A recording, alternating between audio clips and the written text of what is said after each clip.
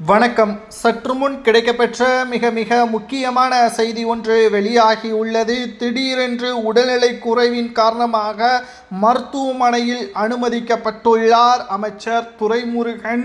அவருக்கு என்ன ஆனது? சமூக வலைதளங்களில் அவரது கதை முடிய போவதாகவும், கிட்டத்தட்ட அமலாக்கத்துறை அதிகாரிகள் செக் வைத்துவிட்டார்கள், உடனடியாக கைது நடவடிக்கை மேற்கொண்டால் அவரது அரசியல் வாழ்க்கையின் கதை ஒட்டுமொத்தமாக முடிந்துவிடும் என்ற காரணத்தினால் தற்பொழுது சிறையில் இருந்து தப்பிப்பதற்காக மருத்துவமனையில் அனுமதிக்கப்பட்டுள்ளாரா என்ற பல்வேறு கேள்விகளும் சமூக வலைதளங்களில் முன்வைக்கப்பட்டு வருகிறது. உண்மை என்ன? மருத்துவமனையில் போலீஸ் பாதுகாப்பு குவிக்கப்பட்டுள்ளது. இன்று காலை முதல்வர் ஸ்டாலின் அவர்கள் நேரடியாக துரைமுருகனை சந்தித்துள்ளார். அதாவது துரைமுருகன் அவர்களுக்கு உண்மையாகவே இருதய பிரச்சனை இருக்கிறது.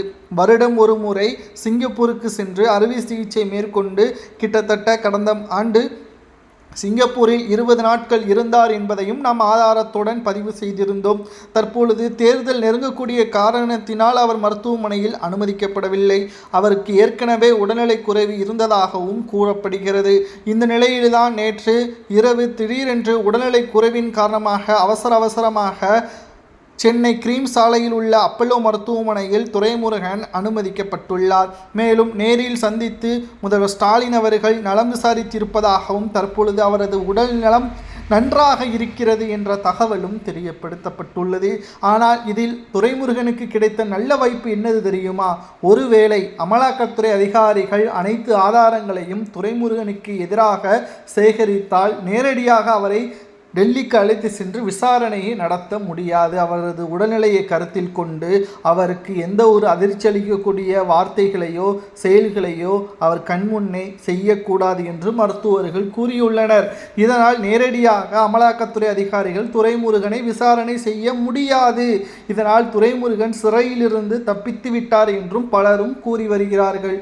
கிட்டத்தட்ட 55 நாட்கள் மட்டும்தான் இருக்கிறது சட்டசபை தேர்தல் நடைபெறுவதற்கு. மீண்டும் காட்பாடி தொகுதியில் போட்டியிட்டால் நிச்சயம் இவர் அரசியலில் மிகவும் பாதுகாப்பாக இவரது பணத்தை சேகரிப்பதற்கு, பாதுகாப்பை உறுதிப்படுத்துவதற்குத்தான் தேர்தலை சந்திக்கிறார் என்று நாம் கூறலாம். ஒருவேளை இவர் காட்பாடி தொகுதியிலோ அல்லது பிற தொகுதியிலோ நான் போட்டியிடவில்லை, வயது மூப்பின் காரணமாக நான் தேர்தலில் இருந்து ஒதுங்கிக் கொள்கிறேன் என்றால் நிச்சயம் இவருக்கு எந்த ஒரு பிரச்சனையும் கிடையாது. மேலும் இவர் இன்னமும் தனது அதிகாரத்தையும் தனது பாதுகாப்பையும் உறுதி செய்ய வேண்டும் என்றால் தேர்தலில் போட்டியிடுவார். தற்பொழுது இவர் நலமாக இருப்பதாக ஸ்டாலின் அவர்கள் பேட்டி ஒன்றையும் கூறியுள்ளார்.